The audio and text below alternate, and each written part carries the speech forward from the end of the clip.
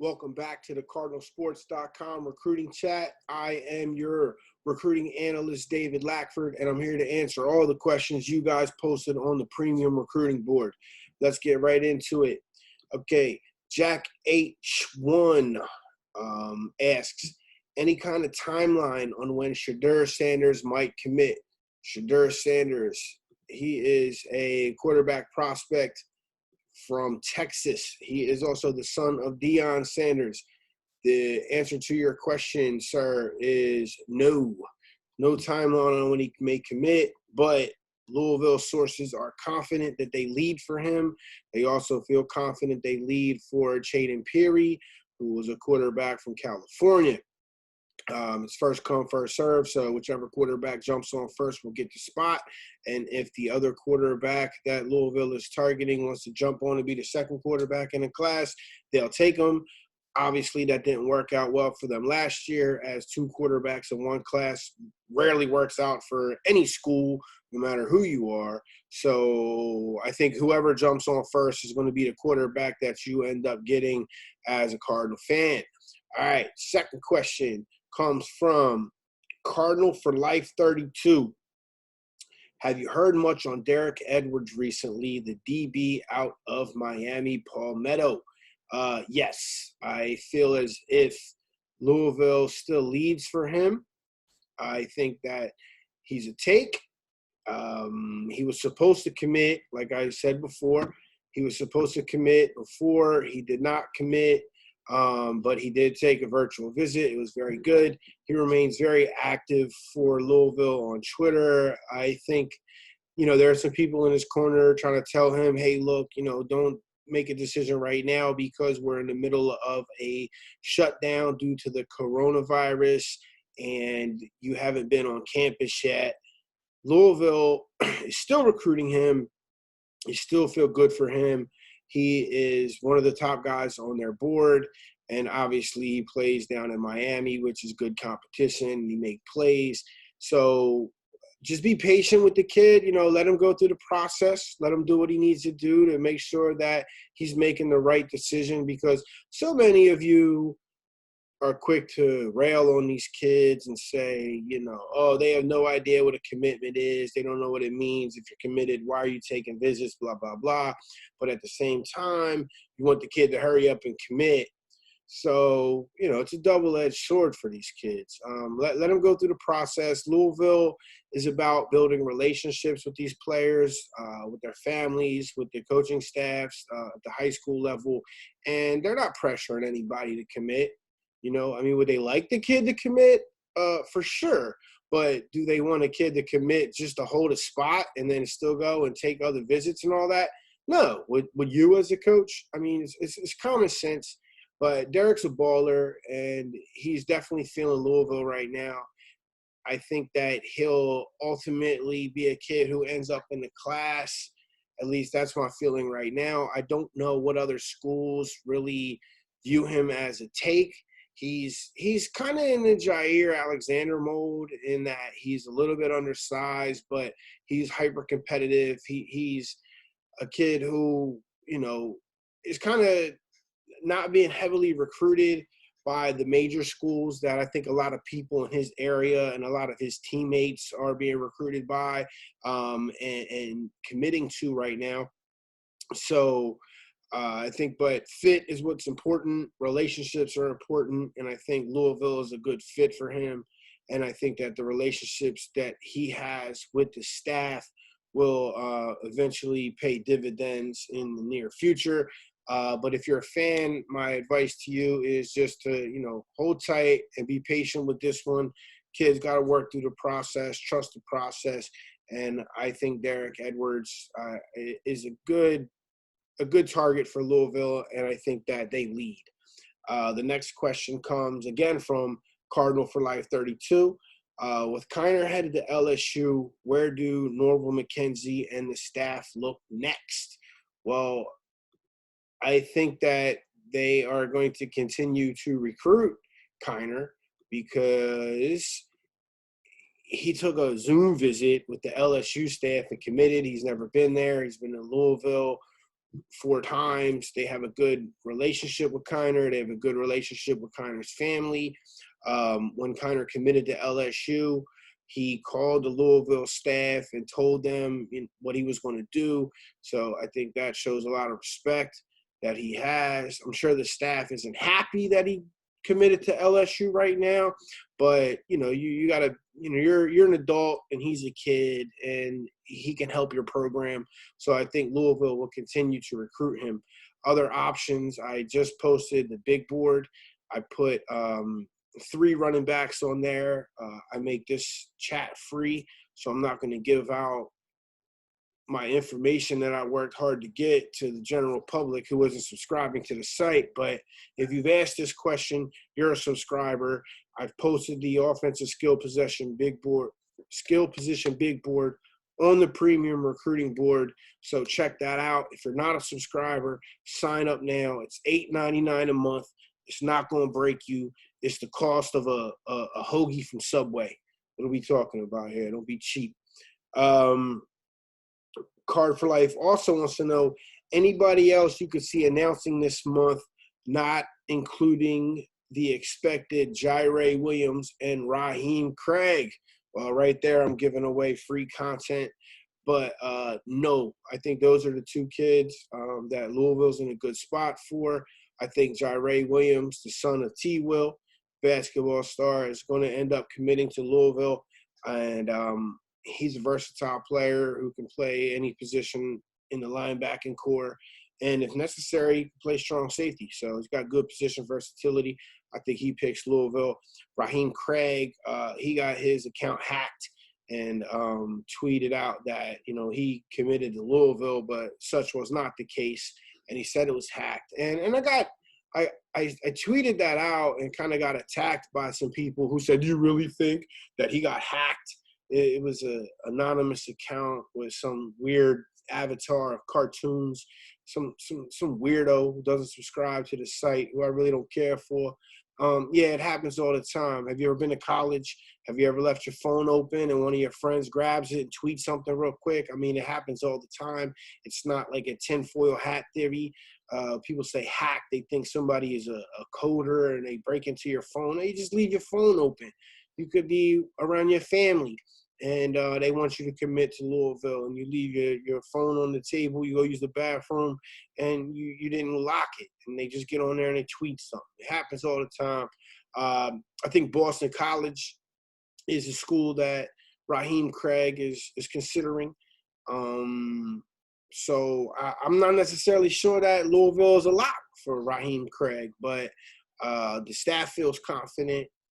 And I put my pick in for Louisville for him. So we'll see how that pans out. I'm pretty sure he's set to commit like May 15, 16, something like that. I don't remember the exact date, but it's this month. He's a kid who plays a D-line position. He can play D-end. You can move him inside. You can move him down to a 3-tech if he beefs up.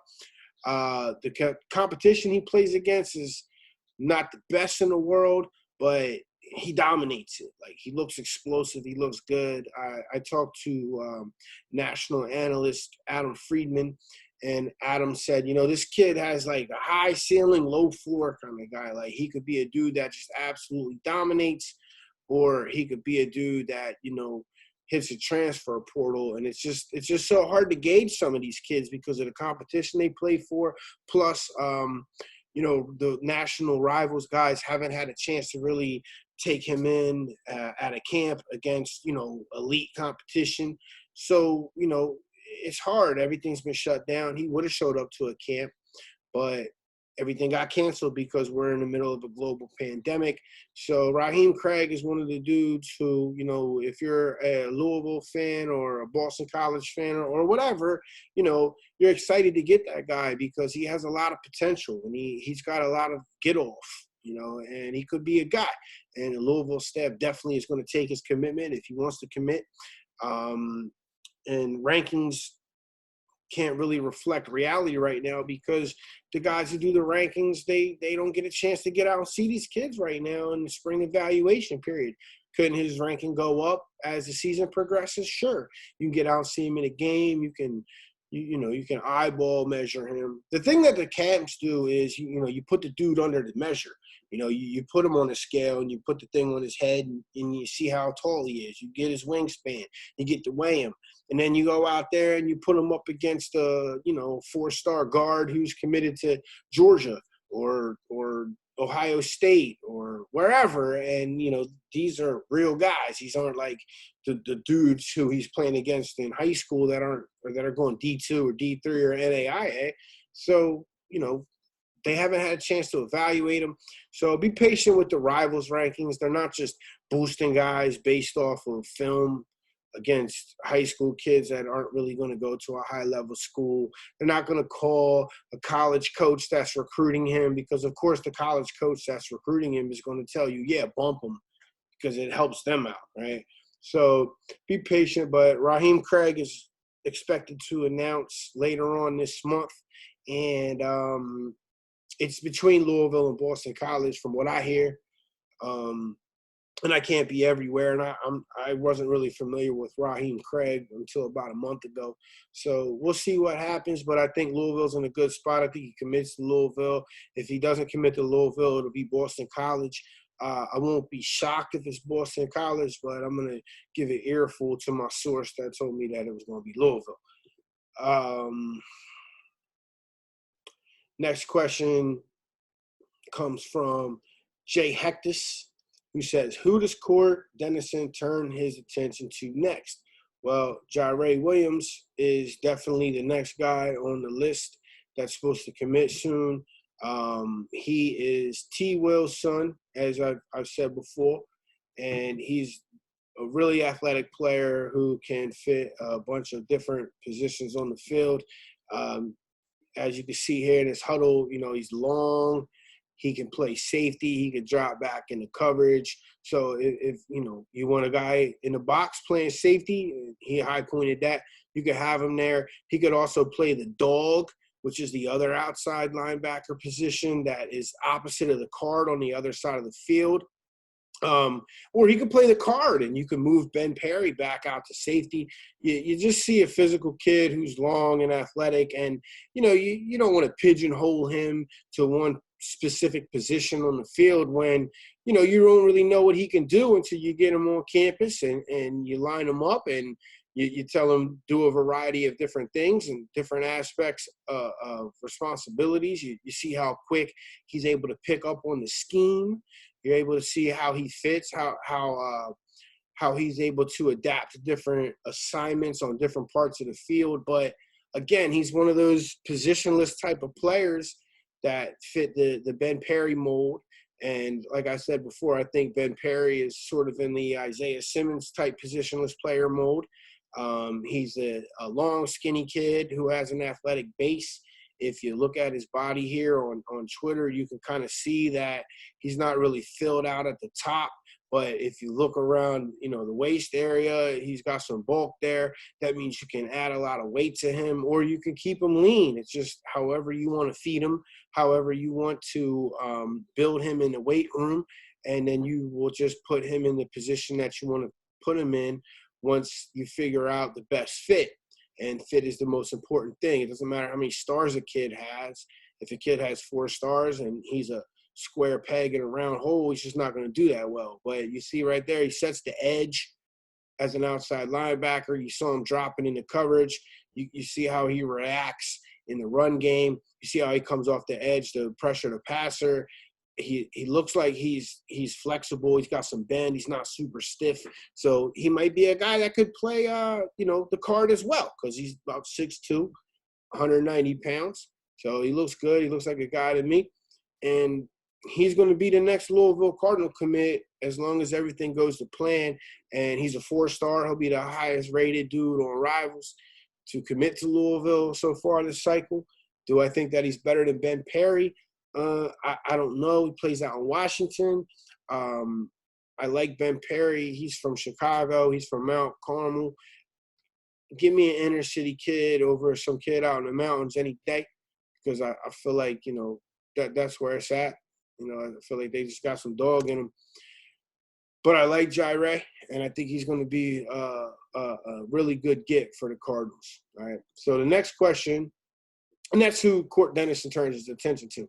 Another kid that Court Dennison is really high on is James Jackson. He's an outside linebacker from Roanoke. He goes to North Cross High School. Again, he doesn't play the toughest competition in the world, but if you watch him on film, he looks explosive, he looks long, and he looks fast. Now, Jackson kind of has blown up recently. He got an offer from Stanford today, and Stanford is a school that doesn't offer many kids. As a matter of fact, they offer the least amount of kids every single year because their academic standards are so hard to qualify for. Now, Jackson can play receiver, as you see here.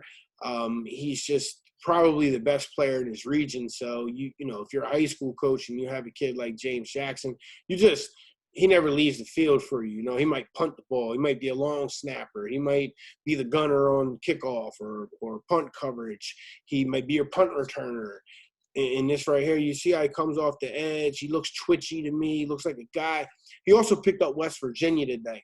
But Louisville's been on him, and I was told that him and his family actually drove up from Roanoke to the city of Louisville to, you know, take a look at the campus, get a feel for it, to ride around the city on their own dime during a pandemic shutdown. So Louisville's definitely in the mix. He's a take for Louisville. Court Dennison absolutely loves this kid. And if he wants to commit to Louisville tomorrow, Louisville's going to take him without a question. I don't even think he has any stars right now for Louisville, but he's one of those kids who, going into his senior year, got attention from a few schools.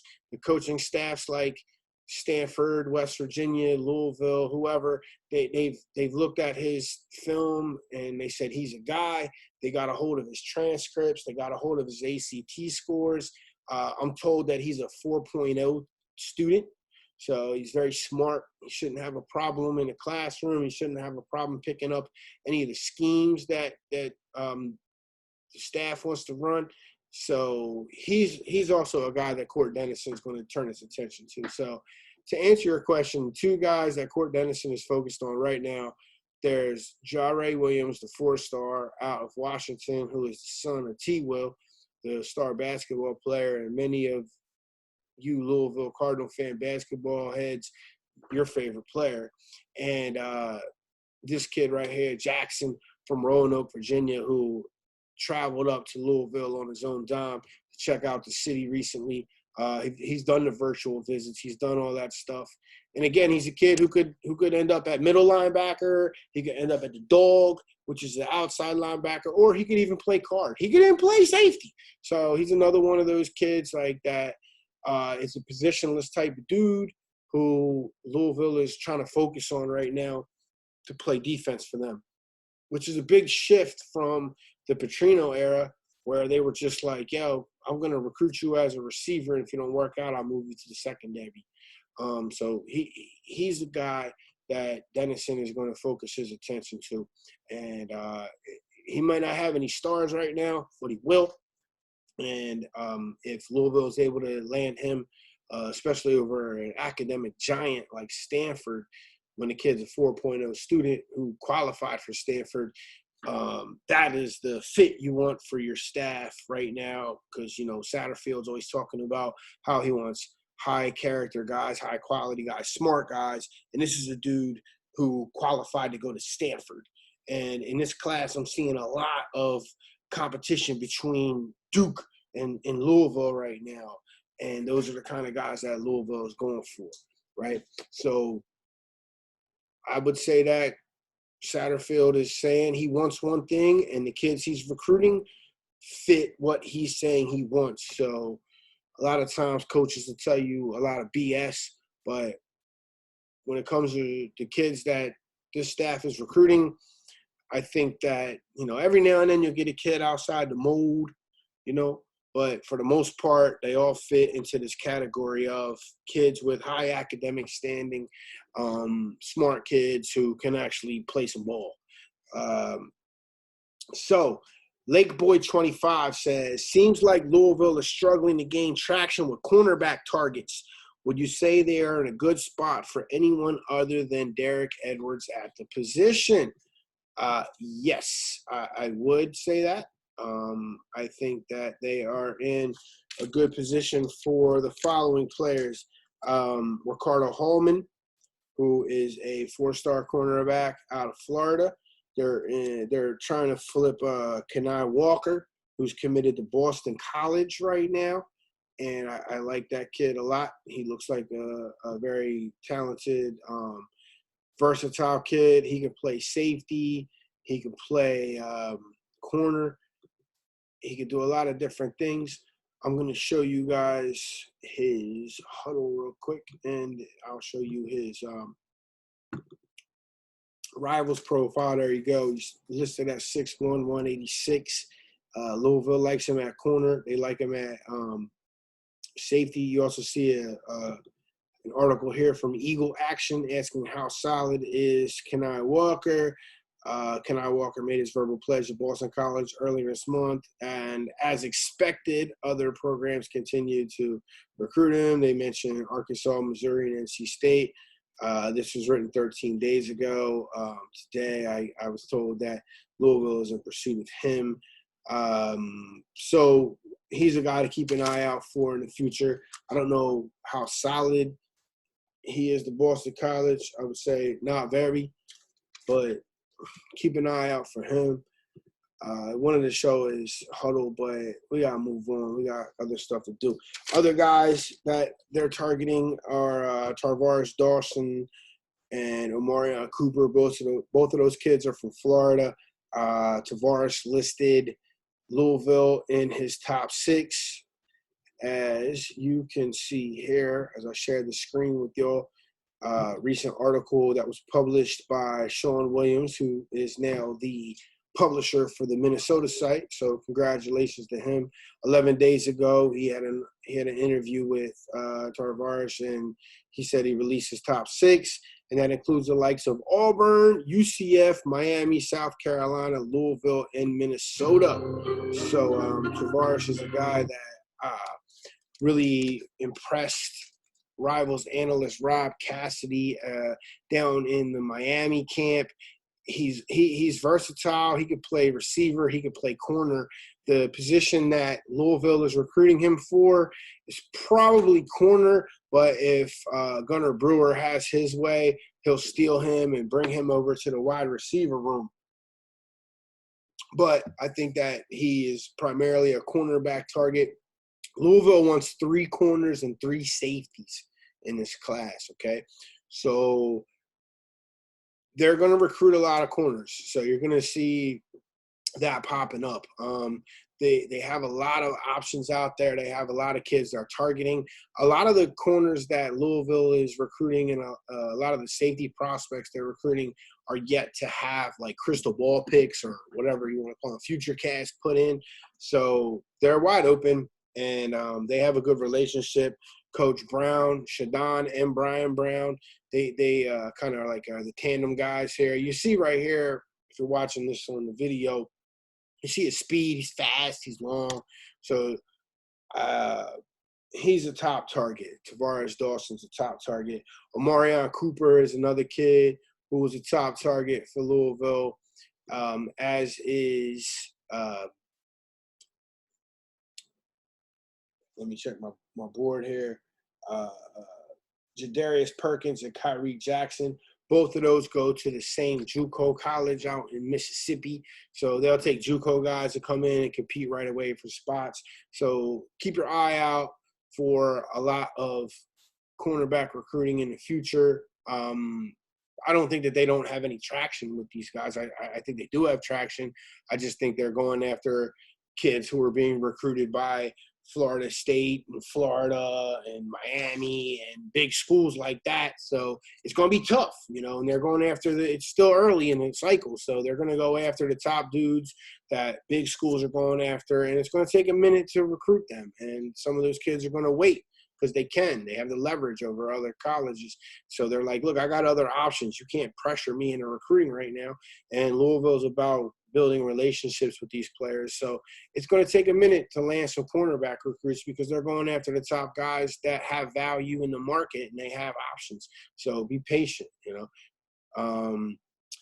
Lifelong Card asks, simple question, but who are the best few kids on Louisville's list in your opinion? Another question, how does Jordan Williams going to Shedeur Sanders School affect the recruitments with Louisville, if it does at all? I feel like I've addressed who the best kids are. Travion Ford is a D-end / outside linebacker, edge rush kind of guy who's committed to Missouri. Louisville's not backing off of him. He's a 4-star. Corey Kiner just committed to LSU today. Louisville's not going to stop recruiting him. Ben Perry is a guy that's committed to Louisville, and he's a really good player. Spoke to a couple coaches in other schools who also think that he's a really good get for Louisville. And I know that Minnesota and Michigan State, they're not going to quit recruiting him, and other schools are going to jump in the mix for him as well. So he's another kid that I think is one of the top kids. I like all the kids that are committed to Louisville right now. I think they all are a good fit for what they do. And so that's that. And you can also check, I got the defensive big board out. I've got the offensive skill position hot board out right now. And I have an offensive line big board coming out probably later on next week. I want to get my offensive skill position post to get some more run before I introduce the offensive line. I will tell you that they're looking at taking on offense one quarterback, but I mean, I'll take two if guys want to jump on. They're looking at one running back right now. They would have taken two if Kiner would have jumped on. So just because they get one running back doesn't mean they're going to stop recruiting Kiner, but ultimately they're looking for one running back. They're looking for 2 wide receivers, 2 tight ends, and 5 offensive linemen. So essentially 11 guys on offense. And then on defense, they're looking to take 1 defensive tackle, 2 or 3 defensive ends. They're looking for 3 corners, 3 safeties, and probably 3 linebackers. So that's what you're looking at as far as that. Jordan Williams going to Shedeur Sanders School. That's going to pay off well if Shedeur can help Jordan out with some nice throws, and it's going to help Shedeur out if Jordan can run some good routes and get open. Jordan Williams is a guy who is still and was leaning heavily to Louisville. He was on commit watch, but he hasn't visited the school yet, and the staff hasn't had the opportunity to look at him and evaluate him and determine if his size is what they say it is. So you're going to have to wait a little bit. They don't want him to just commit sight unseen without getting him on campus and verifying some things. So Jordan Williams is, I'd say Louisville leads for him, but they want to establish more of a relationship with him. And, had he been able to come to campus and camp this month, because he would have camped already, he might have already been in the class. He might have been a take, but they haven't been able to do that. So they're going to wait. That's from Lifelong Card. Now, EKY Chow, I assume that's Eastern Kentucky Chow. He's my man. He's always asking me questions. He says, Court seems to be the guy on a lot of our best prospects. What makes his relationship with the kids stand out from the rest of the coaches in the country? Well, I don't cover the whole country, but I can tell you Court is kind of like the drill instructor of this staff. He is a guy who isn't going to hold any punches. He's going to be the real dude. You got to understand, Court was a white linebacker who played for University of Washington. So Court has a linebacker mentality. He's doesn't suffer fools. He's straight to the point. He's a white boy linebacker who eats with his hands, and that's what the staff uses him as. He's kind of like the bad cop, if you will, but real respect's real, and that's why kids like him, and that's why he's the dog, because he comes out and when he talks to you, you shut up and you listen, and that's what makes him good. At the same time, he might have to soften some of his blunt edges, but he's definitely an up-and-coming coach in the country, and it won't be long before, he's a defensive coordinator somewhere. If it's not Louisville, it'll be somewhere else. But, he was here, he left, he went to Oregon, and he came back. He really likes Satterfield and what they got going on here. So Court loves Louisville, and he's just a guy that, if you're a Louisville fan, you hope you keep him in the fold because, the Louisville coaching staff, Mark Ivy is a fiery dude. He's crazy, so he's probably in the same mold as Court Dennison. But the rest of the staff, they're nice guys, and they're all about building relationships. But I think Court kind of, if you juxtapose him with the other dudes, remember he was back from the Petrino era, right? In the Petrino era, they were a little bit more gritty than this new coaching staff as far as going out to the hood and getting kids from down in South Florida, going and Court got to go recruit kids in Chicago. He's the one that got Ben Perry out of Mount Carmel, out in the inner city, right? So you send a guy like Court out there because he's certified, he's official. So that's why he's able to relate with some of these dudes. And that's what separates him from, I guess, some other coaches. He's just gritty. He's going to get in your face, and he's going to set the tone as far as what's expected when you come here. He's a drill instructor. If you're in Paris Island, you come off the bus and you got to put your feet on those footsteps. I would expect Court Dennison to have the heavy hat on, screaming in your face, pointing a finger at you. But the rest of the coaching staff kind of is able to be the buffer between him and say, Court loves you, man. That's why he gets on you. He wants the best out of you. And he's a good fit. You got to have different types. You can't just have everybody be homogenous in the recruiting staff and the coaching staff and all say the same kind of things. You got to have different aspects, different angles. And, Court's not going to come to your house and BS you. He's going to tell you the real. And, parents like that, and coaches respect that too. So that's why Court's effective, and that's why Court's the guy. But, he's still young. He's still got to work things out, but he's the ace. He's one of the aces. Ledford's an ace right now. I think Brian Brown is a really good recruiter.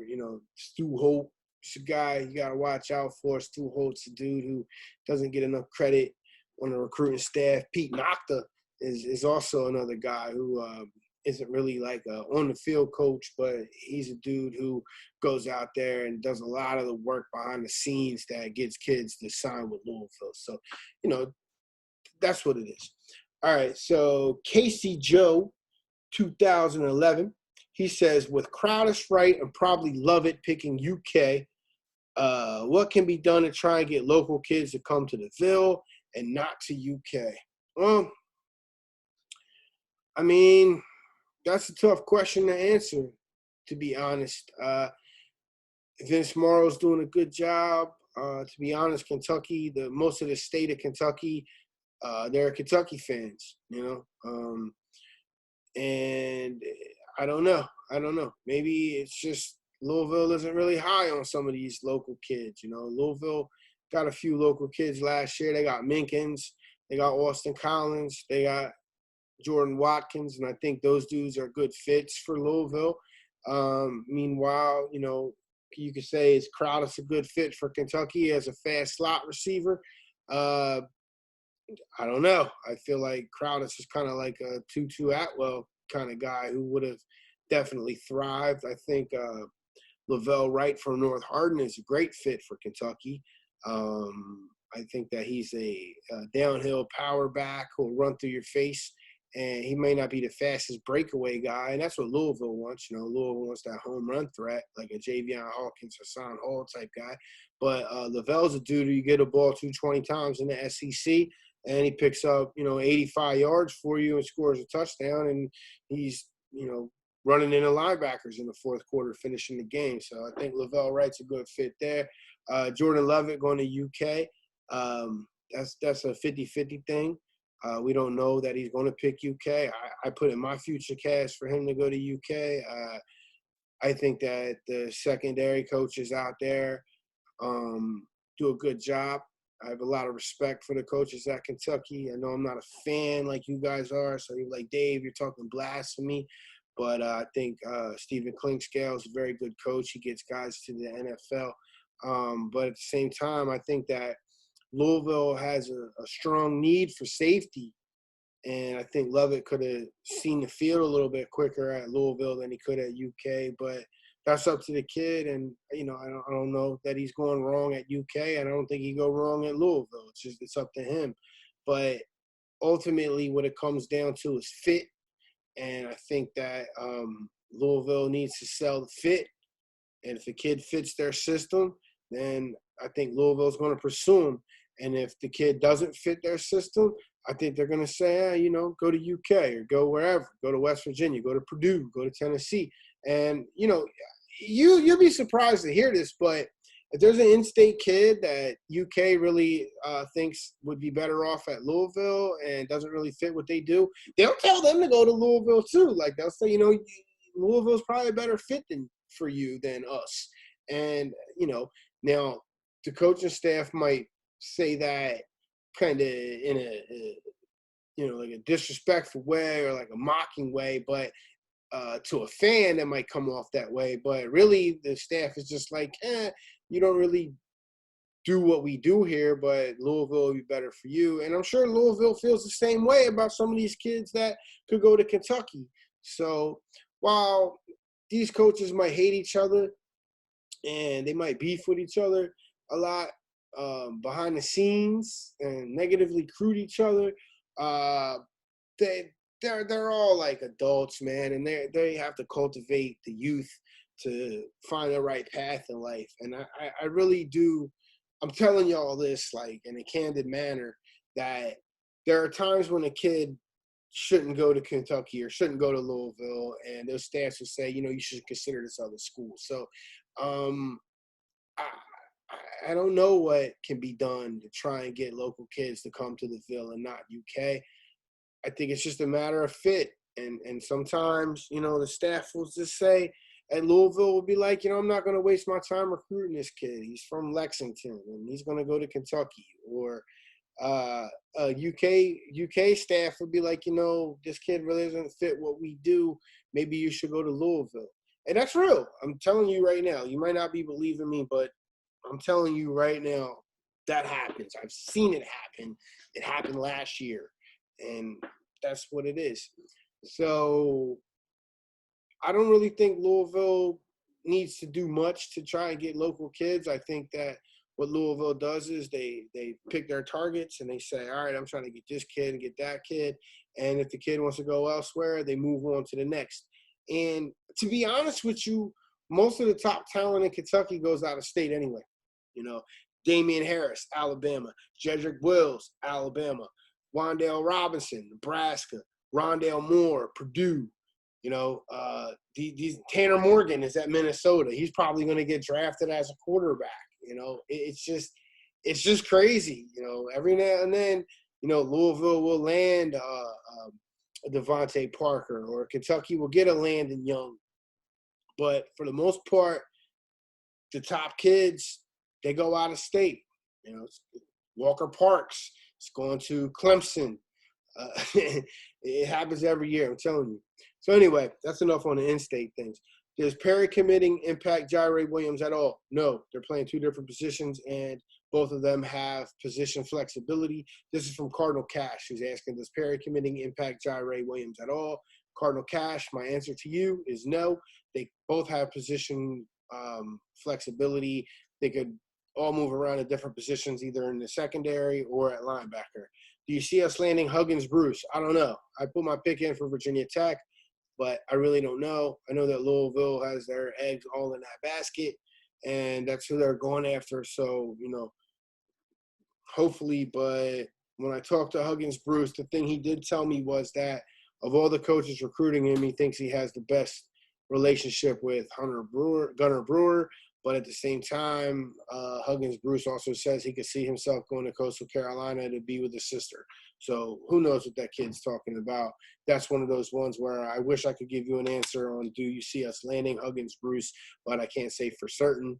But I think it's a possibility. So how's that? He also asked, any thoughts on why the offense in this class is turning into a large bust?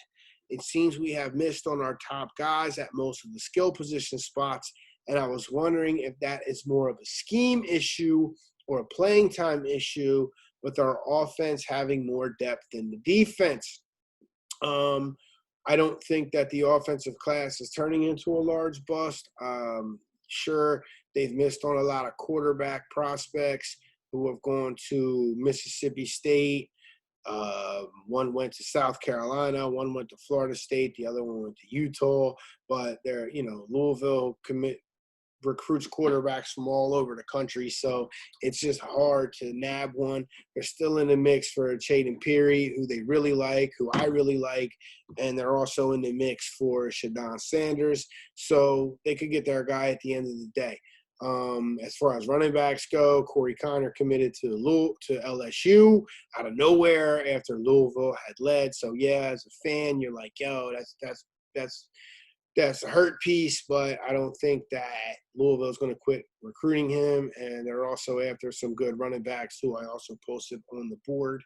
So you guys need to check that out on the offensive skill position big board. I don't think they missed on a lot of the skill position spots. I think that they're still in a mix for a lot of their guys. That's yet to be seen. Do I think they're in a good spot for a lot of the guys that they're targeting? It's iffy, but they're also recruiting guys. They're also recruiting against big-time schools. They're going after dudes who say Miami and Georgia are their top two schools, and Louisville's still hanging in there. And they're going up against kids from Florida who have offers from Miami and Florida State and Florida.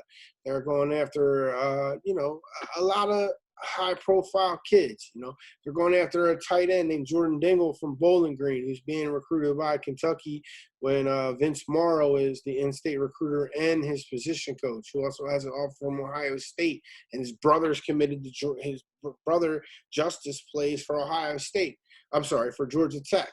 So Georgia Tech's in the mix for that. So, I mean, they're battling other schools. They're not just out here picking a low-hanging fruit, man. They're going after top dudes. So there's going to be competition. And it is what it is, man. It's going to take some time. But at the end of the day, I feel your concern. And you don't want to lose out to Utah. You don't want to lose out to Mississippi State after you smash them in a bowl game, after the middle linebacker punched the quarterback in the face and the coach got fired, and you lose the quarterback commit Sawyer Robertson to Mississippi State. You don't want to see that. So I get it, but I don't think that it's turning into a large bust. I think that there's plenty of time left to get kids on the board. As far as a scheme issue or playing time issue, I just think kids want attention, and they go to SEC schools, and they go to these places that have a higher profile.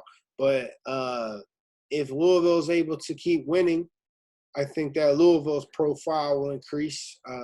This coaching staff is still sort of an unknown to a lot of people because they're from App State, and they've had 1 year of Power 5 ball under their belt. So you got to give them some time. So that's what I say about that. Cards Rule the World. He asks, what are our chances at landing Jaden Alexis? Jaden Alexis is a receiver from Florida. He was interviewed recently by the Miami site. He said Miami's his leader, but Georgia's, close. He also mentioned a couple of other schools. Louisville has good communication with him. He's responsive to them. But I think Jaden Alexis is a long shot at this juncture. So take that for what it's worth. Maybe I'm wrong and he commits to Louisville, and you guys can laugh at me later. Another question is coming from UL Cards 15. Who are the big time 2022 guys in the Louisville area? Are we in a good spot with any of those guys? I think that's a good question to ask. I like when we go into the next year. Selah Brown is a 4-star defensive tackle recruit for Louisville. He's out of Male. He's 6'2", 260. Louisville likes him inside. He could be a 0 all the way out to a 3 tech. Selah's been on campus numerous times. I mean, he's almost at every freaking home game. Whenever I go out there with my camera, I see him. And he's definitely a guy that I think Louisville can land from Male. I would actually say they lead for him right now. So watch out for Selah Brown. He'd be a huge get. Another dude is Keontae Goodwin. He is so he started out at Holy Cross. He transferred to Ballard, and word on the street is his offensive line coach at Ballard's no longer there. And so what I hear is he's going to transfer again back out to Indiana. But Keontae is good 6'8". He's probably up to like 370 now, but he moves freakish. He's a Mekhi Becton type dude. I pushed for him to be a 4-star. Josh Hemholt wasn't having it. He said his film didn't look that good. I said, look, it don't matter. He's going to be a guy. Louisville's in a good spot with him. Chris Vaughn out of Aspirations Gym trains him, and Chris told me that he really likes Louisville. He likes what Dwayne Ledford is doing. Kentucky's also going to be in the mix as they put a lot of offensive linemen in good positions to go pro. And Keontae's going to get offers from Alabama and all these big schools before it's all said and done. But I can definitely see Keontae staying home and going to Louisville at the end of the day. That's pretty much the big guys in Louisville right now. I'm sure other dudes will emerge. Jawan Northington is a running back out of Manual. We call him Juan. He came up through the Pop Warner or whatever you call what it is around here, the Pee Wee League. He was a stud. He's just a guy. He played for the Yellow Jackets, and he's got a couple of offers. I'm sure Purdue offered him. I think Indiana, Kentucky. Louisville hasn't offered him yet, but he's a guy to keep your eye out on. But those are the main dudes that are in Louisville right now, and to keep an eye on for the 2022 class. UL Cards 15 also asked, do you think Louisville is the favorite or near the top for Michael Gonzalez? Any idea how many O-line they will be taking? Again, they're taking 5. I do think Michael Gonzalez is at the top. He just dropped his top whatever, and I predicted them all. It was Louisville, Duke, NC State, Wake Forest, and Virginia Tech. Those were his top 5. I think out of those schools, I think Duke, Virginia Tech, and Louisville are the top 3. NC State and Wake Forest are in there for sure. He has a really good relationship with Ledford. He told me that, the Louisville staff is one of the most genuine he spoke with. He really likes them. His mom likes him. But he also likes Cutcliffe and Duke. And the question is, how long is Cutcliffe going to be there? So, again, you see Louisville battling Duke for a guy because that's the type of kid that Louisville's after. They're after the kid that can get into Duke. And they're also – the whole staff pretty much is from North Carolina with North Carolina ties. So they're going to be down there battling the Dukes and the North Carolinas and the Georgia Techs and these type of ACC-centric type of players for good kids. And I spoke with Michael for about 45 minutes. Very sharp kid, very nice kid. He's what you would expect from an offensive lineman. He's not a type of dude that's out for a bunch of attention. He's a protector, which one of your offensive linemen is, the only kind of first mentality you want an offensive lineman to have is, am I eating first and am I getting drafted first at my position to take care of my people? And Michael is a great kid, and I have nothing but good things to say about him. And I think that it's a Duke Louisville, Virginia Tech battle. And the thing he likes about Virginia Tech is the crowd out there. You know, he knows it's a crazy crowd. He visited for a game, and they were off the hook. And so I think those are the three top schools, but I do think that he doesn't know where he's going right now. But Louisville is definitely near the top. I don't think he has a top school right now if you're talking to him. Birds the Word ask, what position are we recruiting Tavares Dawson for? Corner. But if Brewer has his way, he'll be a receiver. He seems to have some big offers. What are U of L's chances with him? I say 1 out of 6 because, like I told you, he's in the top 6. Ty Cards 98er. He says, what do you attribute the level of recruit we're able to land this year so far in comparison to last year?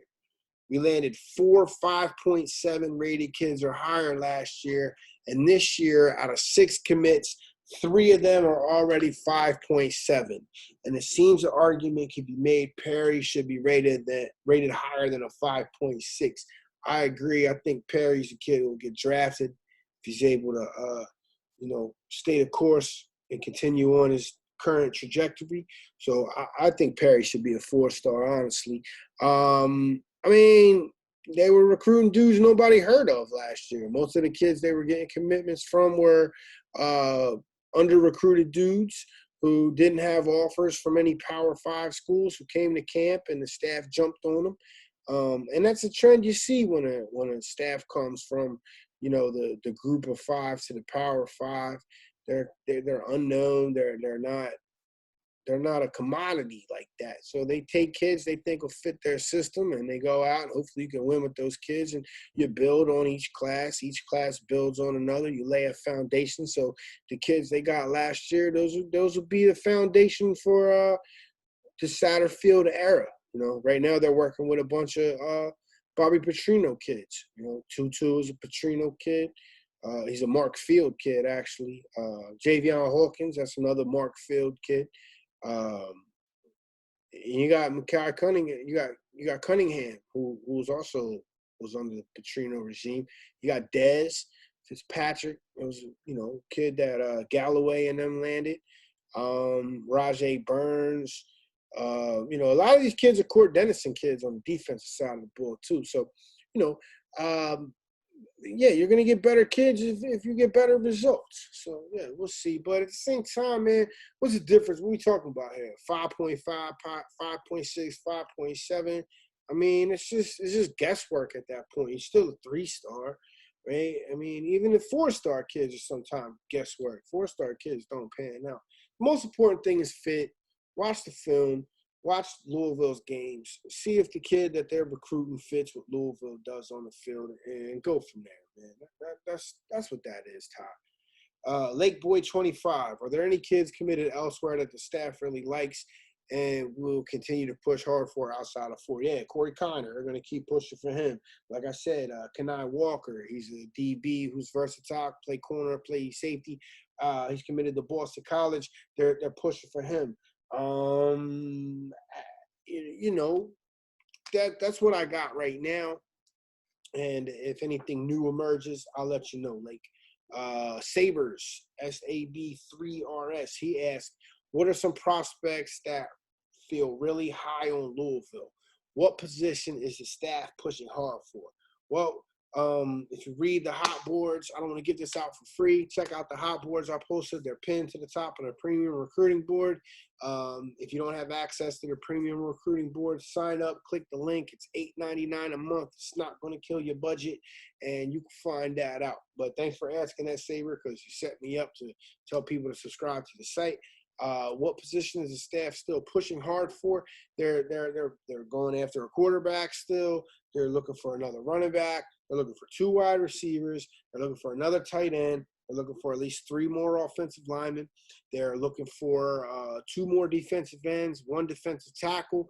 They're looking for 2 linebackers. They're looking for 3 safeties and 3 corners. So I would say corner and safety are the biggest need right now, as well as 2 linebackers. So they're looking for linebackers, D-end, corner, and safety right now. That's what they're pushing hard for. But every coach that recruits position is pushing hard for their dudes, and that's how that works.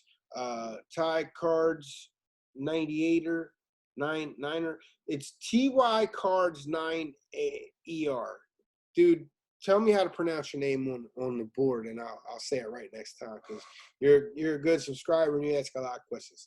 Shaden Peary got a prediction to Boise State. Any word on that? And if he commits there, is it all on Sanders?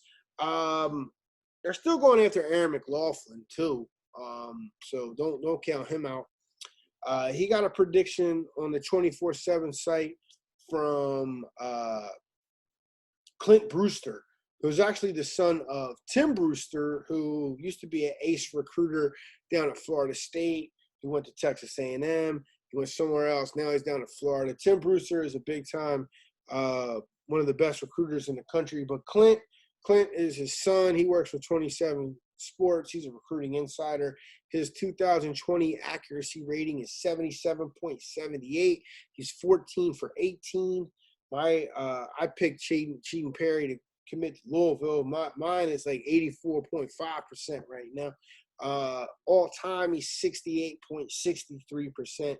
I'm actually 100% in 2021. And my all-time percentage is 84.2%. His is 68.63%.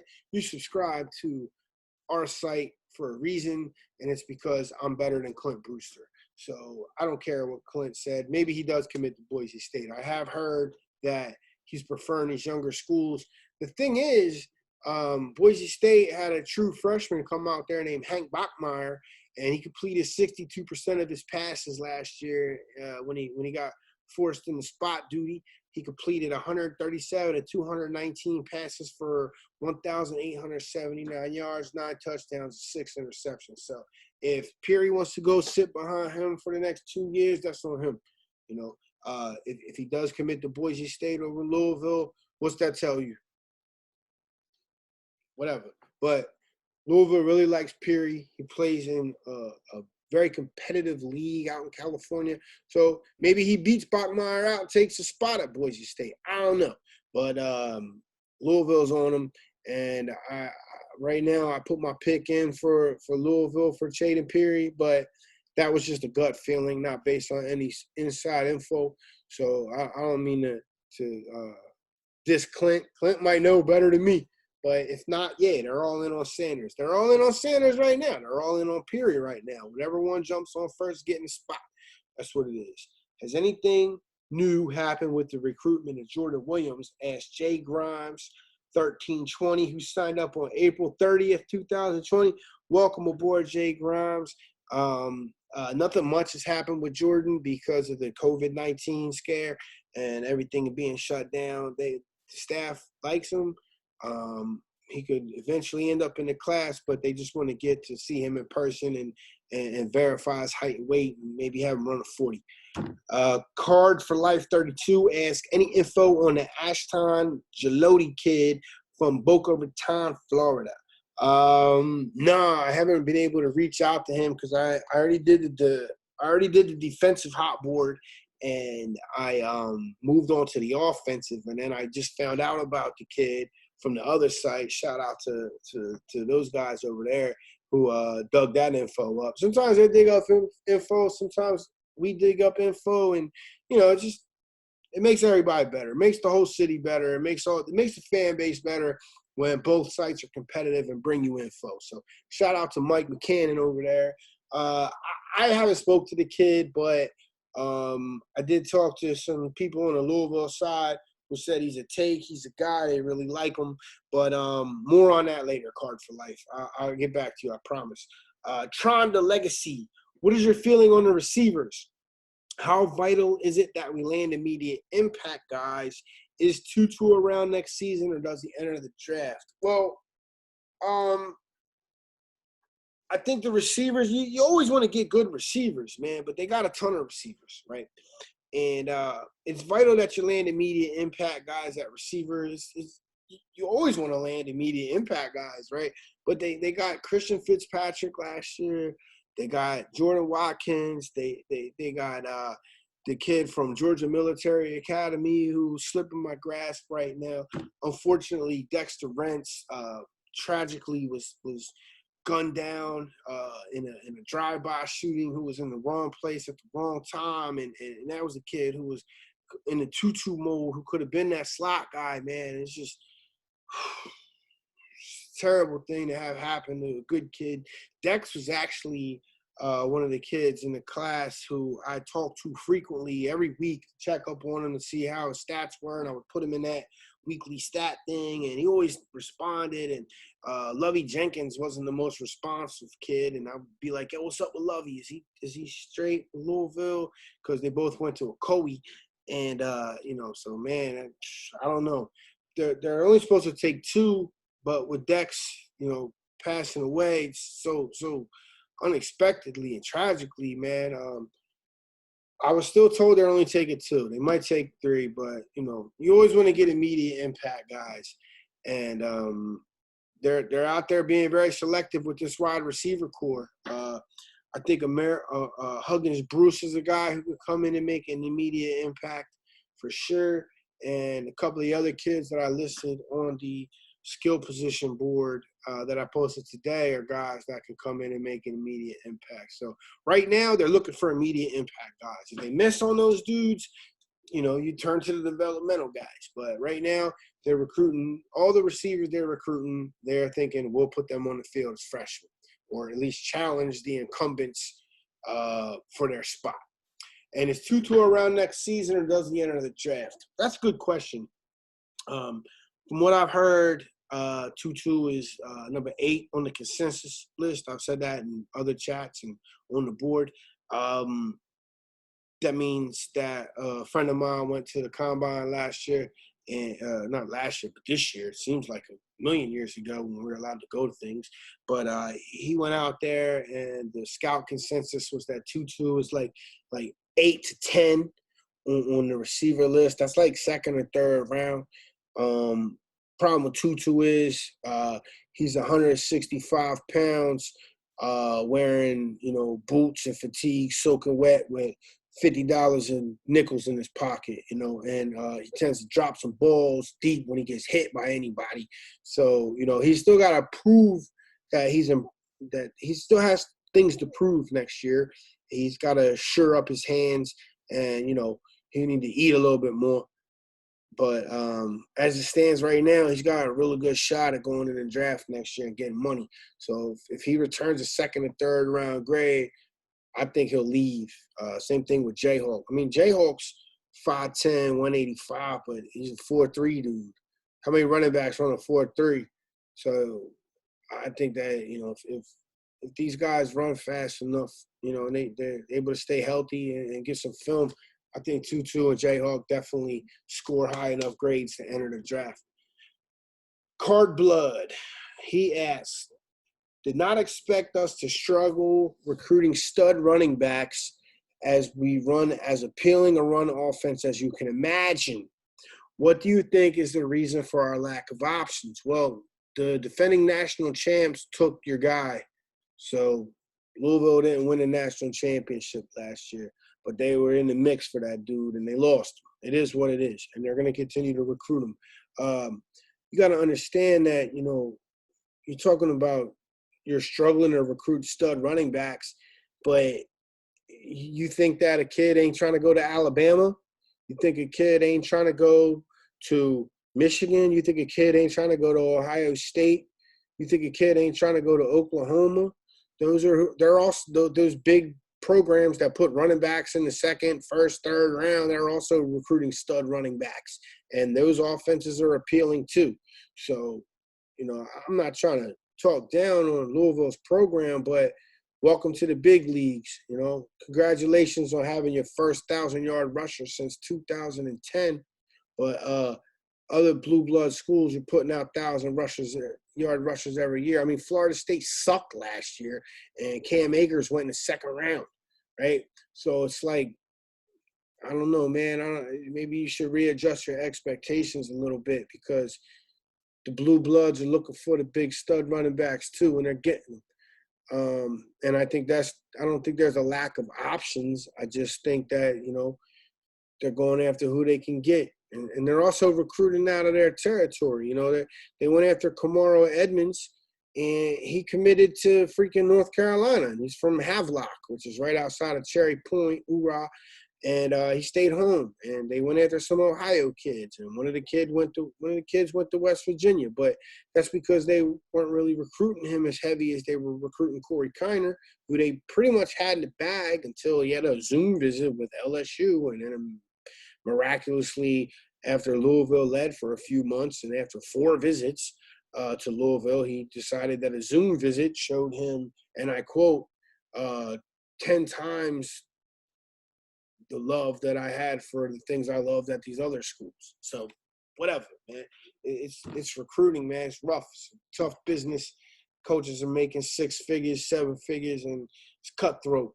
But they were in it with a big-time guy. And he went to LSU, who won the national championship, put their running back in the first round to the Kansas City Chiefs or whatever. So he won the Super Bowl. So, I mean, what do you want? Is Jai Ray still expected to commit this month? Talking about Jai Ray Williams. That's TDG Miller, who joined today. TDJ Miller, welcome aboard. And I got good news for you, my brother. Yes, he is expected to commit this month to the Cards. And that's going to wrap it up for the recruiting chat. Thank you so much for subscribing and helping me feed my kids and pay the bills.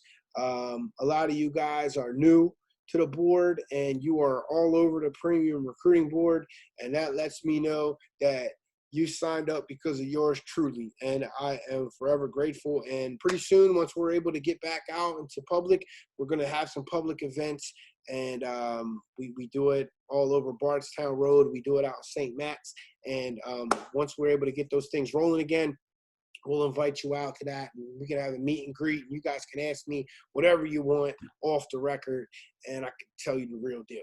But until then, I'll see y'all next week. Thanks for the questions. Keep asking them, and I'm out.